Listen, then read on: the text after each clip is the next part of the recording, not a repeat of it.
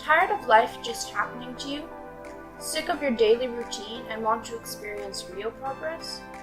Tired of cheap hacks and skeptical about anyone trying to give you their 10-cent motivation? Welcome to the ABCs for Purposeful Living podcast, the place that takes the bedrock foundational principles of success and breaks them up into smaller rocks that you can take and use for your own construction, as you build the life of your dreams the way that you want it. Stop living by default. Get busy designing. Let the podcast begin.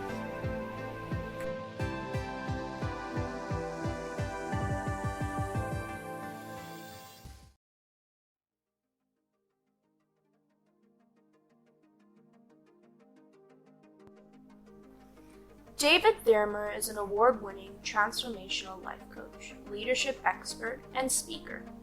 He's worked with over 100,000 people across 34 countries for the past 10 years, helping them to experience major change in their lives and to implement habits and rituals to ensure that the progress is lasting.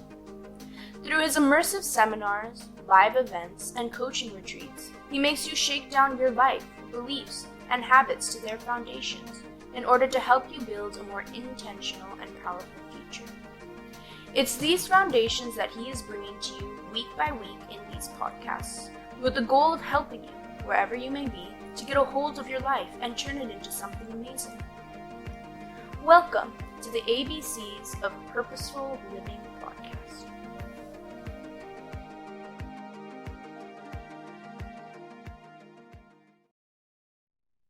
Hello, dear friends. Welcome to another episode of the ABCs of Purposeful Living podcast. My name is David Thurmer, and I am so happy that you are here with me today as we are going to explore the foundational principles of your personal success. If you had a chance to listen to last week's episode, it was an introduction, an overall bird's eye view of what I will be presenting you with as we go through this podcast series together, how I will be giving you the foundational principles that you can use to build your success life on, that you can use to build the house of your dreams on. Because as I said, I am very interested in helping you achieve all that you want to achieve and to live the life that you were purposed for and designed for.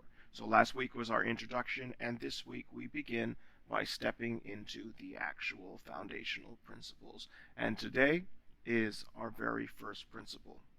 It is A for awareness.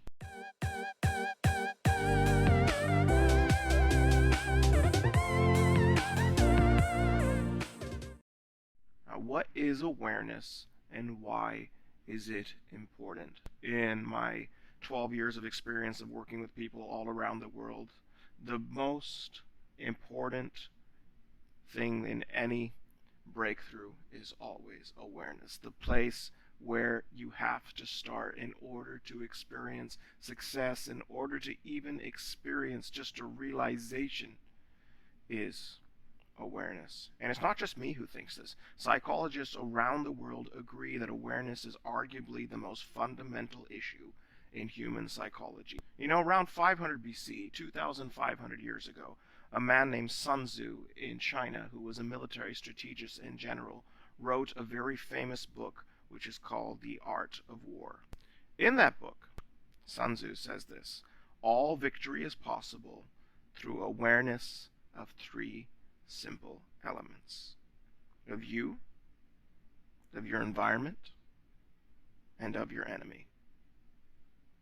All victory is possible through awareness of three simple elements: of you, of your environment, and of your enemy. Of you. You need to be aware of you. You need to be aware of your strengths, your weaknesses, your personality, your motivation. Awareness develops knowledge of you, of what your strengths are, of what your weaknesses are, of what motivates you, of what drives you, of what makes you go far and what makes you stop. You need to be aware of your environment. The environment around you, your situations, your circumstances, and the role that you play in order to affect them. And you need to be aware of your enemy. Now, when I say enemy, I don't mean that you're at war with other people. I do not mean that you are in a competition against anyone else. But the enemy can be defined as the challenge that you are facing, the thing that you're trying to overcome, the obstacles that keep showing up in the way of you achieving your dreams. Get this, the enemy can even be you. You can sometimes be your own worst enemy. And that's why, out of all these three elements, the foundational element to achieving any victory is knowledge of yourself, is awareness of yourself. Self-awareness is foundational to everything. You cannot know anything else until you know yourself. I will say this once again because this is very important for you to remember. You cannot know anything else about your situation or about how to get through it or about your challenges and how to overcome it or of the circumstances in life and how to turn them to your benefit if you do not properly, intimately, and deeply know yourself. Self-awareness is the key for harnessing your full potential and for achieving things greater than yourself, and for living a happy life. Without self-awareness, none of this is possible. And so, foundational to everything else, foundational to your success, the place where we want to start this success journey that we are undertaking together, is awareness and a proper assessment of where you are right now and of who you are right now. The dictionary defines awareness as knowing that something, such as a situation, condition, or problem, exists. Feeling, experiencing, or noticing something inside or outside of yourself, or knowing and understanding a lot about what is happening in the world or around you. That is the definition of awareness. This is what we are going to be discussing today. How you can properly know yourself, how you can properly know your situation, and how you can properly be intimately connected with who you are, the inner you, in order to be able to build your life on it. If you do not know who you are, if you are not aware of your strengths, of your weaknesses, of your motivators, of what drives you, you will not feel in control of your situations, and you will not be able to take your situations and circumstances and the challenges that life throws at you and turn it for your benefit.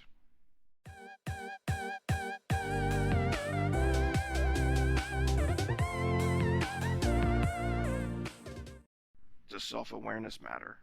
Absolutely.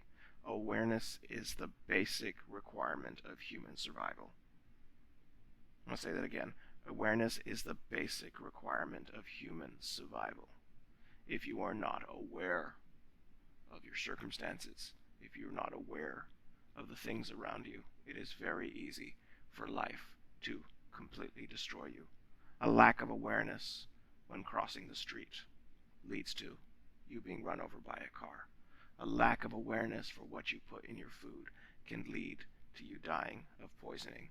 And a lack of awareness when you're working with sharp objects on your job can lead to you losing life or limb. Awareness is the basic requirement of human survival. And when it comes to human success, self-awareness is the most fundamental key, because as we spoke about last week, we don't just want to be on the survival level, we want to be on the success level. We want to be on the significance level of life. And in order to get there, you need to know who you are. And you need to have a very honest assessment and complete and total awareness of you and all the things that make up you in order to be able to properly grow into the journey of success. Because as we said, awareness is the basic requirement for human survival, and self-awareness is the basic requirement for human success.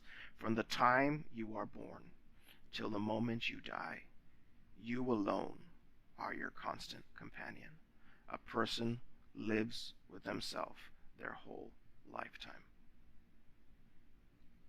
When you, as a person, realize that you can think and take decisions for yourself, you start building your own world. You start building your own dreams. You start building your own success in life. However, if you miss out on the realization that you have a sole right over your brain and a sole right over your decisions and a sole right over the things that you make happen in this world, it can also lead to a creation of a world and a creation of a reality. However, this reality is a fictional one in which you are helpless and in which you are a victim.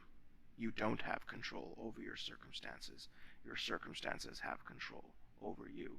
You don't have control over your decisions.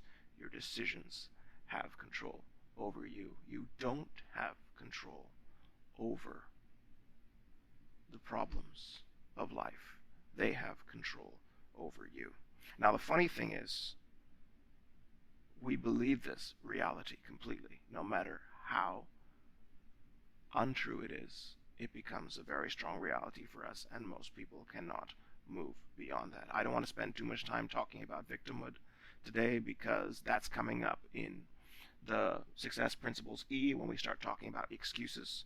But if you're not aware of yourself, if you're not aware of your strengths and weaknesses, if you're not aware of the power of your own decisions, and you're not fully self-aware, you will think everything is outside your control, and this will leave you feeling helpless and a victim. You might not like it, but you will never leave that place because you are not self-aware. Because while people are living like this, they don't introspect, they don't reflect on themselves. When someone asks them, how did you end up like this? They won't know the answer because they never watched their steps. They never saw what got them into that particular state of their life. They don't know about themselves, and thus they are never able to understand why things happen. They're also never able to understand other people as well. They're not capable of empathizing with others. They're not able to be flexible. They're not able to be a success because they don't know and they don't pay attention. Self-awareness is huge. The first step to getting anywhere in life is an honest assessment of where you currently are. Make note of this because this is very important. The first step of getting anywhere is an honest assessment of where you currently are. If you don't know where you are, then how can you know where you are going? How can you track your progress? What is the proof that your life is going to be any different? What is the proof that you are changing if you don't know where you currently are and who you currently are? The bedrock foundation of any progress, the bedrock foundation of any success, the bedrock foundation of any change in your life always starts with awareness. And that's why the Alcoholics Anonymous make you, when you attend a meeting for the first time, you as someone who is battling addiction, you come to the meeting and you say, hello, my name is so-and-so, and I am an alcoholic. Why do they make you say that? Because they want you to realize your problem. They want you to realize your addiction.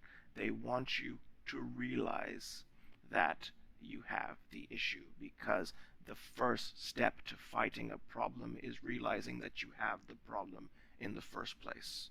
The first step to getting out of any situation that you're stuck in is realizing that you're stuck in that situation in the first place. Until you realize it, until you're aware of it, you will never get out of it, because you'll think that you're a victim of it, or that someone is enforcing it on you, or that this is all you have and you have no other choice. But let me tell you, you always hold the power of choice.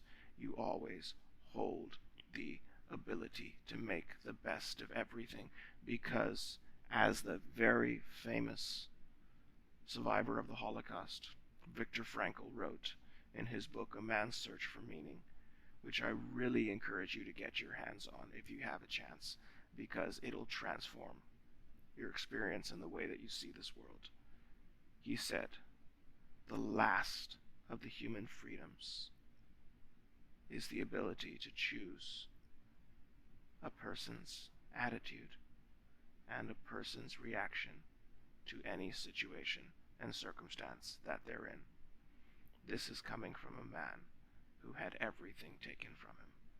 Family taken away from him.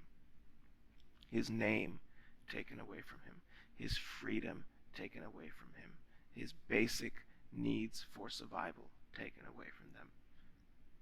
Living 12 long years in the death camps during World War II. And his final assessment is that they can take everything from you except for your ability to choose.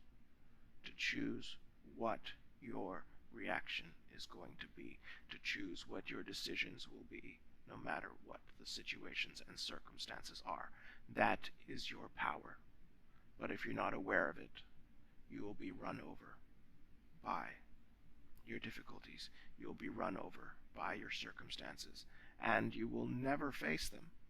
You will always think the fault belongs to someone else. You will always think that you're stuck in life because, oh well, that's just what happened to me. This is just the way that it is. This is my fate. This is because my parents were like this. This is because of, the world was like this and treated me like this, or this is just all that I am.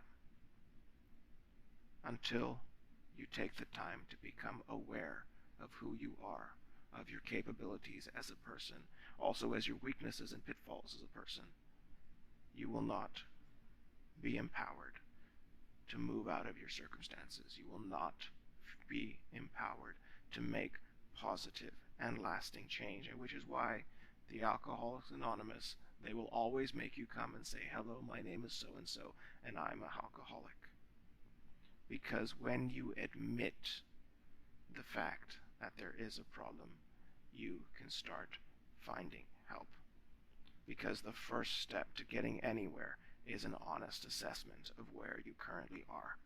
In an emergency situation, the first step of fixing the emergency is an awareness of the need. Once you're aware of the need, you can properly assess the damage and then determine the kind of intervention that is needed. This is the training that people who are paramedics have. People who are trained to be paramedics, they're trained to assess the needs of a situation. They show up. What's wrong here? What is the problem? Who has been affected by it? How do we fix it?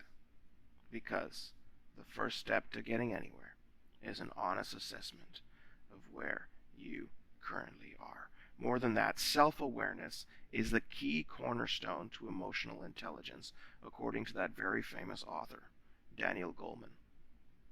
The ability to monitor our emotions and thoughts from moment to moment is key to understanding ourselves better, at being at peace with who we are, and proactively managing our thoughts and emotions and behaviors in order to produce the ideal and desired results. In addition, self-aware people tend to act consciously rather than to react passively, and tend to be in good overall psychological and mental health, and have a much more positive outlook on life than their peers.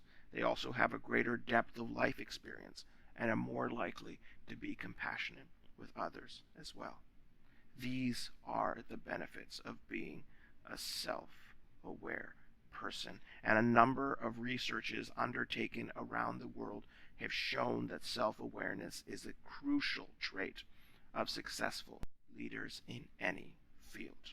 In a study undertaken by Green Peak Partners and Cornell University a couple of years ago, they looked at business executives in public and private companies across the United States.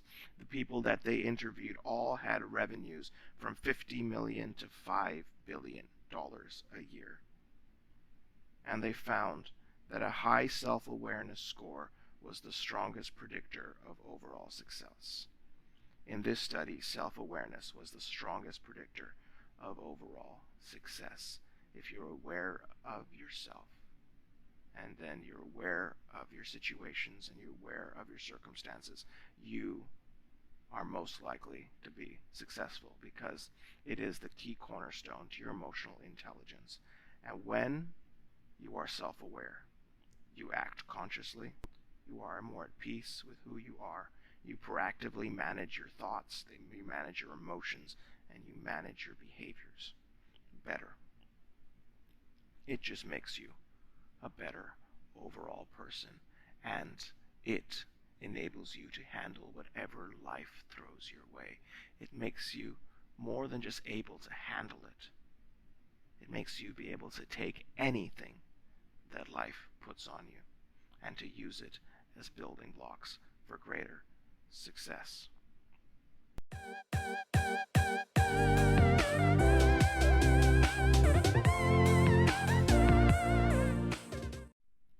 But why is it so hard to be self-aware? If self-awareness is so important, then why aren't we more self-aware?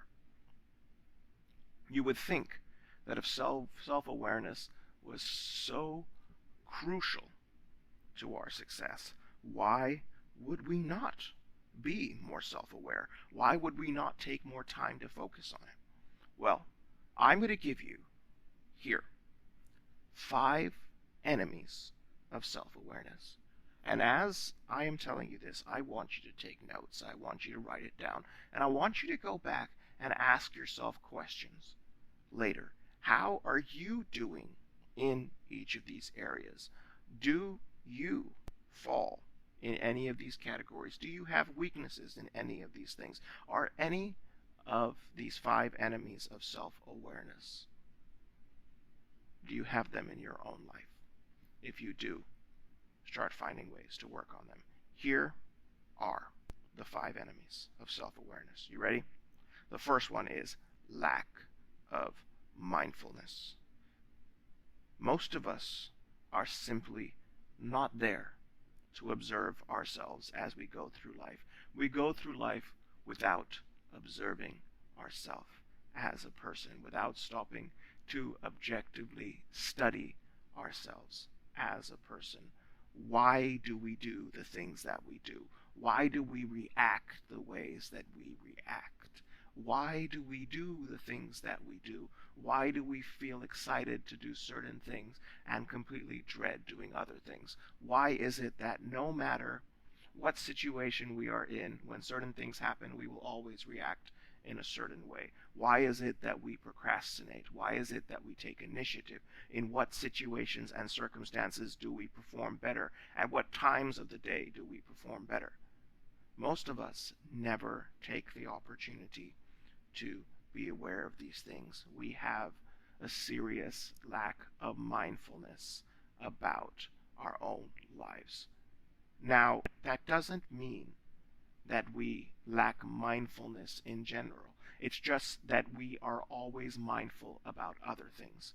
We know all the details of our celebrity crushes. We know all the trivia about our favorite sports stars, or our favorite celebrities, or our favorite television shows or movies. We are very aware about the habits and patterns that take place in other people's lives. We may be very intimately in tune with the habits and happenings in the lives of people that we love personally in our family. We might know our children's schedules to a T, or we might know our siblings or our cousins or our loved ones' nature down to a T. We may be able to describe the entire reactions and emotions and cycles of another human being that we really are in love with and we really are close to. But when it comes to ourself, we are clueless, because we don't give ourselves as much attention as we give others. We do not give our lives as much mindfulness as we give to the lives of others. We do not give the circumstances of our nature as much mindfulness as we give the circumstances of others. And so we can look at our own lives and look at other people and feel that they just have it so much better, and that they're in so much more control of their circumstances, and that they can do things in different ways than we can. The only difference is that we are not self-aware. We are practicing mindfulness in all the wrong ways. We are not paying attention to what's going on inside of us or what's going on around us. We are operating on automatic pilot, like an airplane. And we are totally unconscious of what we are doing, of how we feel. And our minds are wandering onto everything else and everyone else except for ourselves. If you want to be more self-aware, you need to practice mindfulness. You need to be able to objectively observe yourself, observe your decisions, observe the things that you do, what makes you do the things that you do, and why do you do them. Because a lack of mindfulness will lead to a lack of self-awareness, and a lack of self-awareness will hold you back from accomplishing anything of success in this life. What's the second enemy of self-awareness? The second enemy of self-awareness is what we call cognitive bias. What do I mean by cognitive bias? We have an image of ourselves in our brains. We have an idea of who we are in our brains. And anything that does not back that up, we try to get rid of.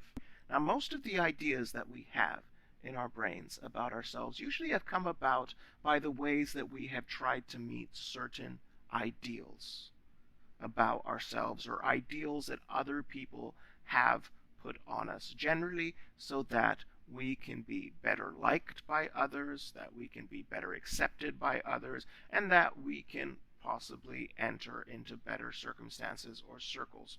This is another topic that we won't get into in depth, but it's a very, very large and incredible group of study. It's called situational ethics and situational personality. But to talk about it in brief, situational ethics and situational personality is when a person will change their personality and change their value system based on the group of people that they are with in order to receive the type of attention and the type of rewards that they want to receive from other people. What happens is, when you do that too much, you start unconsciously forming an image in your head of who you are. That this is what you are. And so anything else in your nature that pops up that is different from that, you reject it. You push it aside. You say, oh, well, that's not me. Here's an example. Let's just say that you made an appointment with your friend and that you were going to go out for a lunch date together. And on this lunch date, you were going to talk about life and you're going to catch up and everything. However, you failed to make a note of this in your diary or on your phone because you were so sure that you, as a good friend, would not miss the opportunity to be able to catch up with this person. However, you are forgetful. You are someone who does not have a very good memory.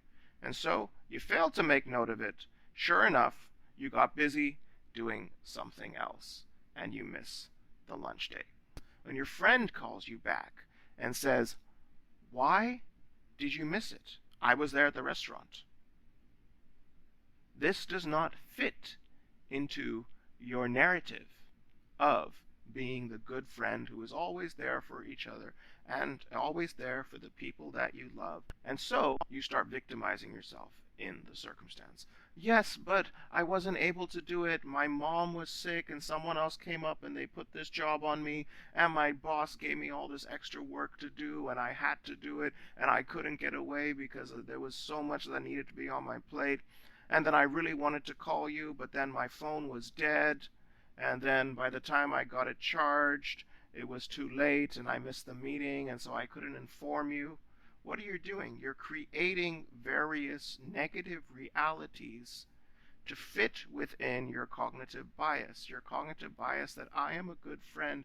I will never forget my friends. How could I have forgotten them? So to the person, you start making up excuses and fake scenarios. But then to yourself later, you beat yourself up about it and you feel completely awful. And then you just ignore it and you start trying to find problems from their side. Well, yes, before I was supposed to meet them and then they did this to me, and so this is just, karma's way of helping it. What are you doing? You're avoiding the fact that just taking a little bit of time to be self-aware would have shown you that you are a slightly forgetful person. And so because you're forgetful, you need to make notes. You have to write it down in a diary. You have to put it up on your phone. And then, before the meeting, you will get a notification. And when you get a notification, you can then go for your meeting. A self-aware person knows that they have good points and they have bad points. They have strengths and they have weaknesses. And acknowledging their weakness will help them to put safeguards into place to ensure that their weaknesses do not come in the way of their strengths. But a bad cognitive bias, when you strongly believe that you are a certain way and that is who you are based on the ideals that you have about yourself, not a proper understanding of who you are, but based on your ideals. What this will do is this will keep you from noticing any of your weaknesses. And then when your weaknesses cause bad things to happen to you, you will not actually take stock and fix your weaknesses, because you will blame the things that happen because of your weaknesses on your circumstance, and you will blame them on others because you have a cognitive bias. And so, you will never lose weight, you will never be healthy, you will never be able to meet all your appointments, you will never be able to be all that you can be, because whenever things keep you from that, it will always be blamed on someone else. It will always be blamed on the situation or the circumstances. And then you will lose the power that you have, because you have freely given it to your circumstances and surroundings because of your cognitive bias. There's another thing, a third, very similar to cognitive bias, but we call it the confirmation bias. The confirmation bias is when you try to interpret any information about anything to fit your preconception of something. If you already have a perception that something is going to be a certain way, you try to find all the information to fit that thing and ignore the rest of it. For example, let's just say that there is a person that you want to date, but that everybody knows is bad news for you.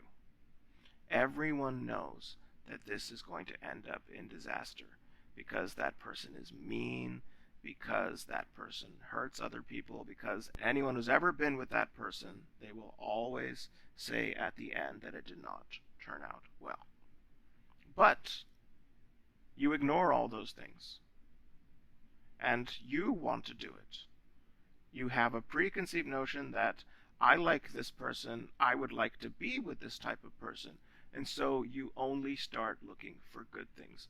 Oh, look, he smiled. Oh, look, he responded to his text. Oh, look, he did this. Oh, look, he did that. You close your eyes to and ignore all the other red flags, and you only see the green flags. And then you jump into it. Sure enough, it ends up an absolute disaster.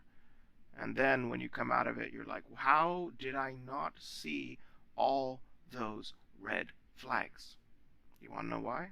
Confirmation bias. You're only looking for what you want to see in that. Taking that same relationship example, turning it around and applying it to yourself. Let's say that all your relationships tend to end in the same way because you have commitment issues. And so because you have commitment issues, you always turn around and you start projecting those insecurities on the other person. And you start driving yourself away because you think that's what the other person wants. And you give yourself cold feet because of your own insecurities, but then you don't acknowledge them for yourself. You turn around and project them on that person. And all your relationships have always ended in the same way. You're in a new relationship. This is going well. You start feeling that same thing again. But then you're going to turn around and close your eyes to it. It's not me. It's them. They want a little bit more space. They want to be a little bit distant. They are wanting the relationship to go in this direction. This is called confirmation bias, when you only look for information that backs up your viewpoint, that backs up your preconceived notion of the situation. This will never lead you to complete self-awareness, because you're not looking for the truth, you're looking for your version of the truth. I'll say it again, you're not looking for the truth, you are looking for your version of the truth. And that is why that very powerful, beautiful quote that was said by a famous psychologist a few years ago, and they said that most of us don't want the truth. We just want to be told that what we believe is the truth. But this is confirmation bias. And when we seek confirmation bias, we lose the truth. And when we lose the truth, we lose the ability to be self-aware. And then, sure enough, the relationship falls apart. And then we blame our partners. We blame the situation of the relationship. And that's when we make the sweeping statement, all men are dogs, and there is no hope for relationships in this world, or I am never meant to be with anybody, because we are not properly assessing strengths and weaknesses.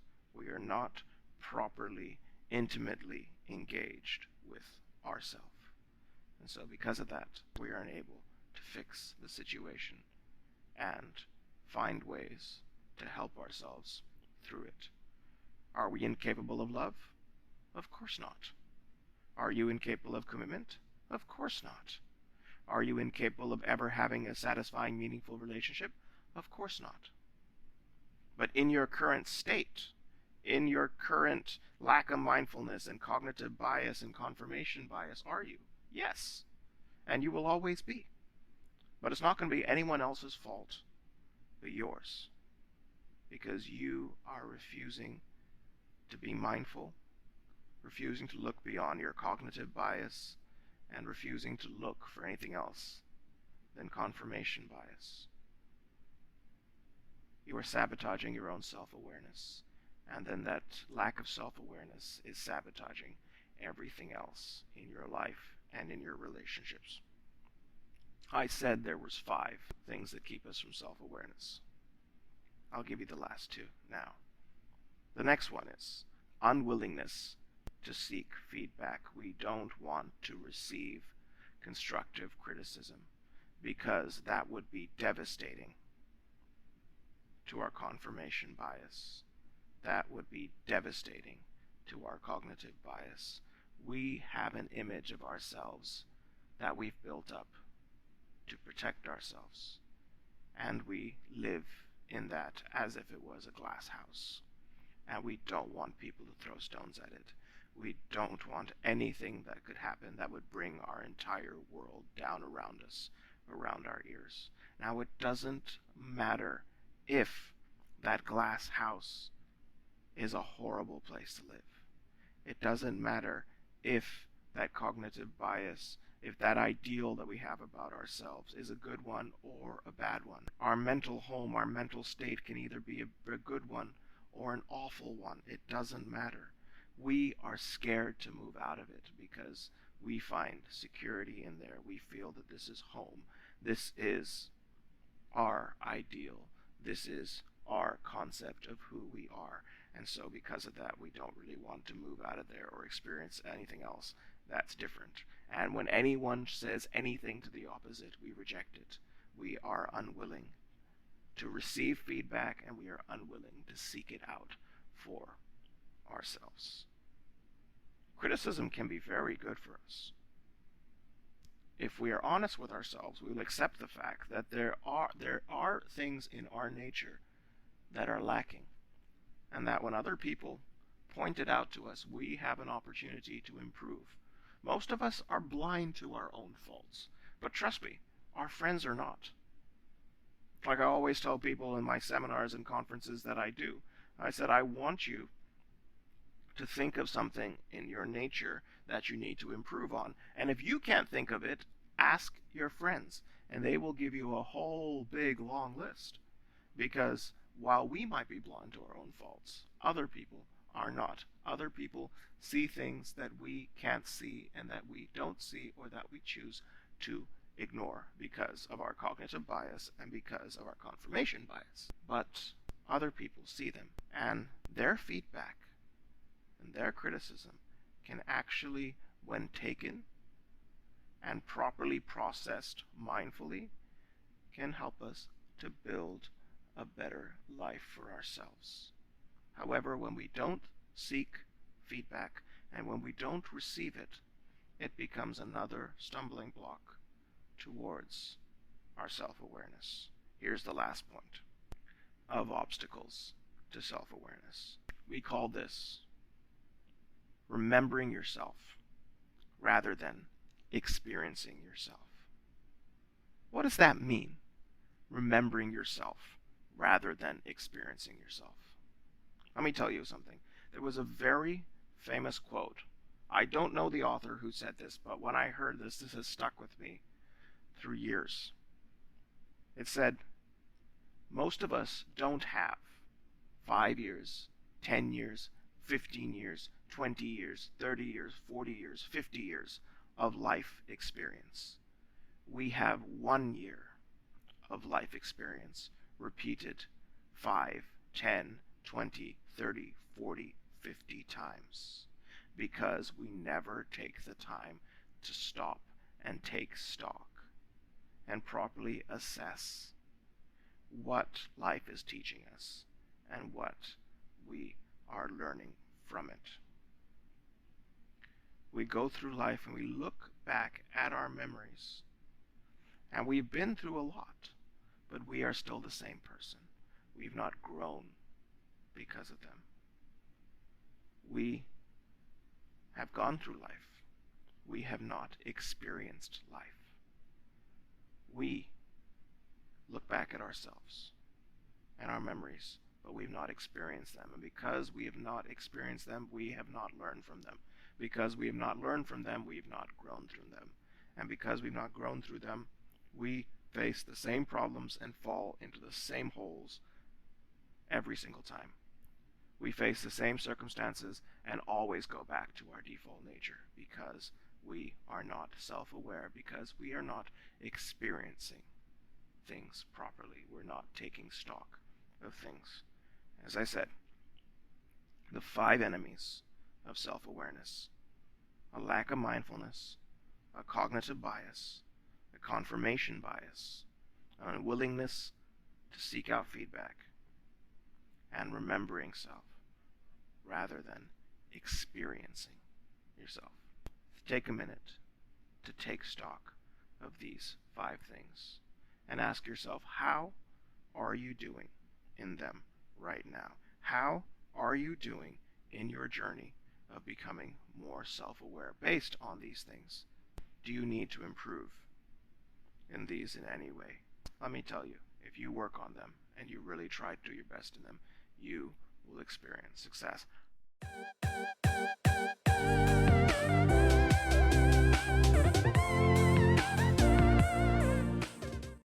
I just want to make one small clarification before I move into the closing. Self-awareness is not being self-focused. Self-awareness consists of being mindful about ourselves. Being self-focused consists of only thinking about ourselves. That does not help anybody. Being wrapped up in yourself and only thinking about yourself and your needs is not what we're after and is not going to lead you to success. But self-awareness is not thinking about yourself. Self-awareness is being aware about yourself, about who you are. Because when you properly know yourself, then you can start experiencing success, then you can start helping others. You can't become a truly helpful person, a truly successful person without knowing yourself. But knowing yourself does not mean you stay wrapped up in yourself. It doesn't mean that you only focus on you and your own wants and your own desires. No. It means that you know who you are, and so you can use your strengths to overcome your weaknesses, so that way you can be the best version of yourself that you can be, to make the biggest difference that you can in your life, in the lives of others, and in this world. Now, self-assessment takes time. It takes time to be mindful. It takes time to seek feedback. It takes time to experience the things in life and to give them proper thought. Awareness requires time to stop, and most of us go through life too fast. We need to take the time to stop and assess, but most of us don't. However, you are going to go through life anyway. You are on this journey of life. Do you want to go through it feeling helpless, feeling like a victim, and never achieving your goals and never achieving your dreams because of circumstances and situations and problems that you feel are outside your control? Or do you want to go through life achieving things, making the best of every situation that comes your way, both the good and the bad, overcoming your weaknesses, using your strengths, and not sabotaging your own success, but using every element of your nature to push you into massive success and growth? That is what self-awareness does versus having no awareness of yourself. When you look at it like that, when you see the way it leads down the road, you realize that it is so important to take the time to stop and properly assess. The famous psychologist, Dr. Jordan Peterson, says this. He says that when you look at your life and you look down the road and you see the way you are today, if that continued on for 5 more years, what would that lead you to? Would that be heaven, or would that be hell? You have the control. You have the power of choice, and you can take control of yourself and your circumstances through becoming more aware. What it basically comes down to is this. As Shakespeare said, if you can to yourself be true, then you can be false to no man. But on the other hand, if you fool yourself, if you are blind to yourself, if you're unaware of yourself, you'll live in delusionment your whole life. We are the products of the stories that we tell ourselves.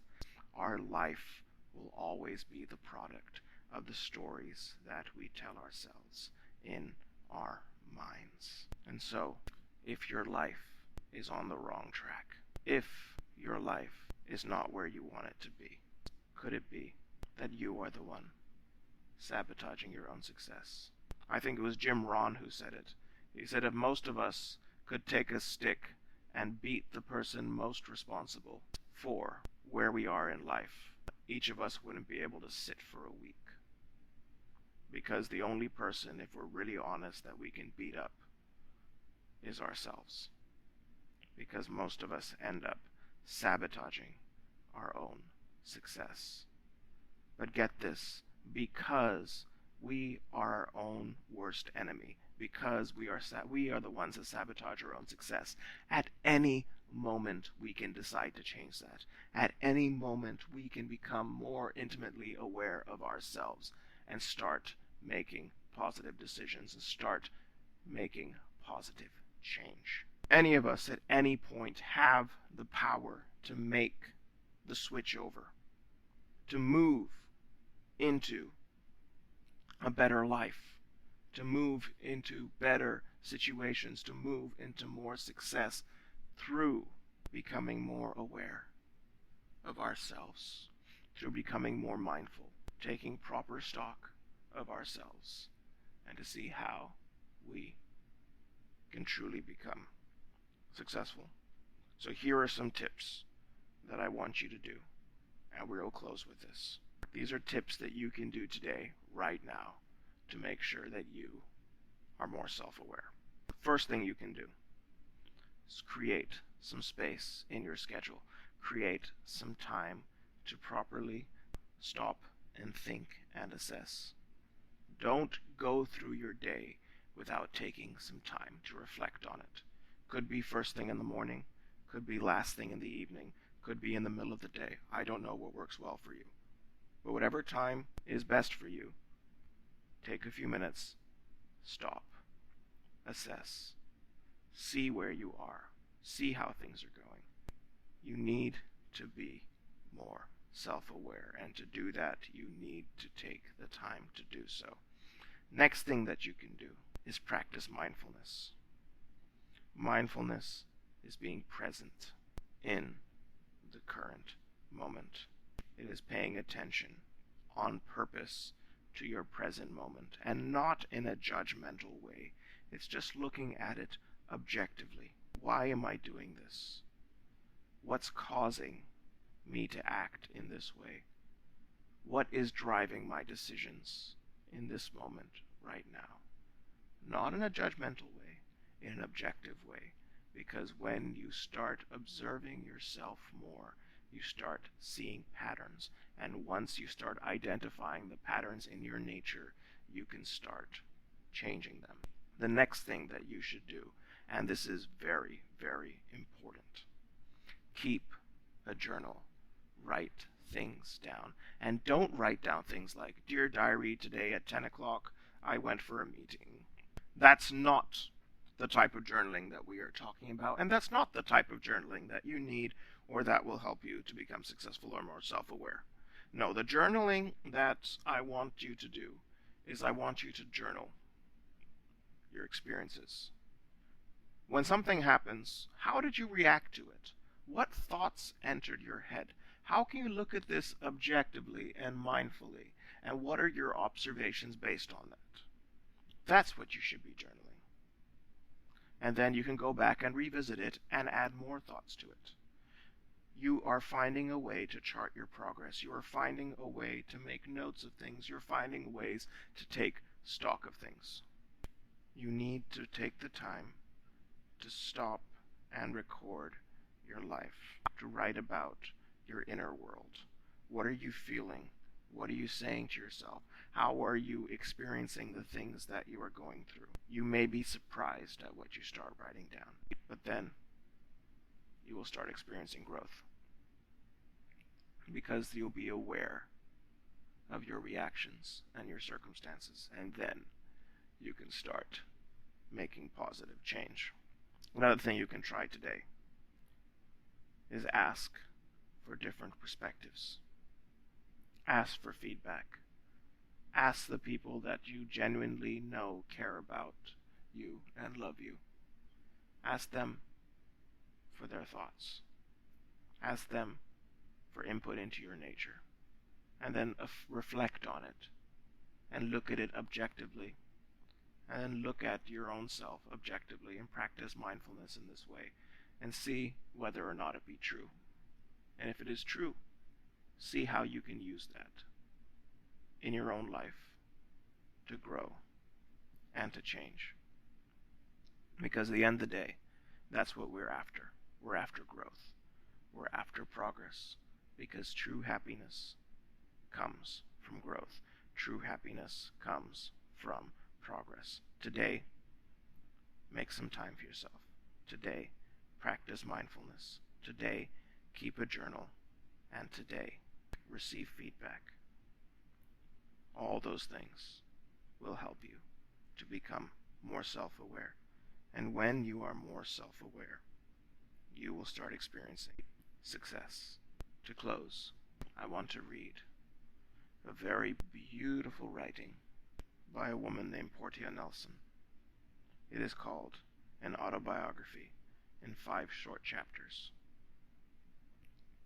She writes, Chapter 1. I walk down the street. There is a deep hole in the sidewalk. I fall in. I am lost. I am helpless. This isn't my fault. It takes me forever to find a way out. Chapter 2. I walk down the same street. There is a deep hole in the sidewalk. I pretend I don't see it, and I fall in again.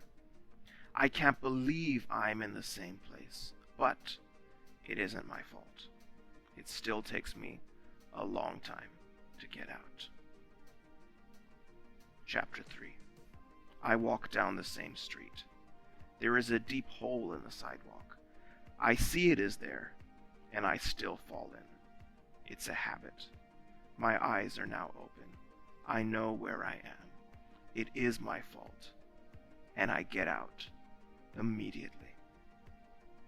Chapter 4. I walk down the same street. There is a deep hole in the sidewalk. I walk around it.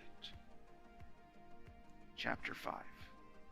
I walk down a different street. Let me tell you, in your life, there are things that you keep falling into. There are pitfalls that keep sabotaging your success. There are things that you fall into whenever you try to do more, achieve more, and be more. Awareness. Awareness is what's going to get you out of there. Awareness is what is going to take your life from what it is today into what you want it to be in the future. Stop falling into the holes of the sidewalk. Start walking down a different street, and let us do this together through becoming more aware of yourself, and then you can be more aware of your circumstances, and then you can be more aware of your challenges and overcome them until you are living the life of your dreams. You are living a life filled with purpose and a life full of happiness, which is what we are all after at the end of the day. This is David Thurmer signing off for another episode of the ABCs of Purposeful Living.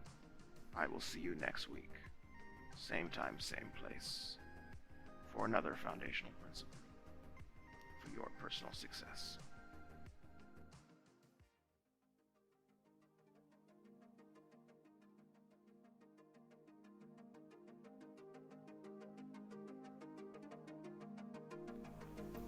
Thank you for joining us today on the podcast. Please do subscribe for more. If you found this helpful, please share it with someone else. Pass the help along. David is always eager to hear from you and would love to work with you in a more hands-on way. For more information, please visit our website at www.davidthirimer.com. That's www.davidthirimer.com.